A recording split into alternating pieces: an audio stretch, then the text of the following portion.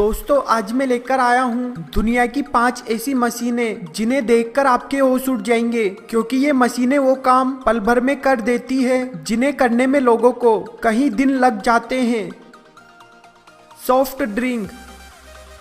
सबसे पहले छोटे छोटे कैप्सूल को एक बड़ी बोतल में बदल दिया जाता है, फिर उसे पानी से धोकर मशीन पर लगे क्लीनर से साफ किया जाता है। फिर उन पर कंपनी के स्टिकर्स लगाकर उनमें सॉफ्ट ड्रिंक भर दी जाती है। फिर उन्हें एक जगह इकट्ठा करके पॉलीथीन से पैक कर दिया जाता है और दुकानों पर बेचने के लिए भेज दिया जाता है।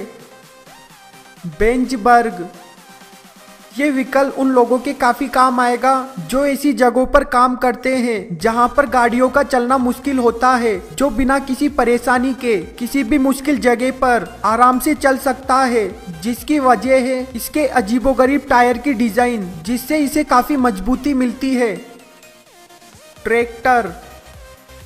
जिन लोगों के खेतों में बहुत सारी घास उगाई हो और उन्हें खेती करने के लिए उन घास को काटना है, तो ये ट्रैक्टर उनका काम सिर्फ कुछ ही घंटों में कर देगा, जिसके 4 फैन लगे होते हैं जो घास को काटने के साथ साथ उन्हें एक लाइन में इकट्ठा कर देता है।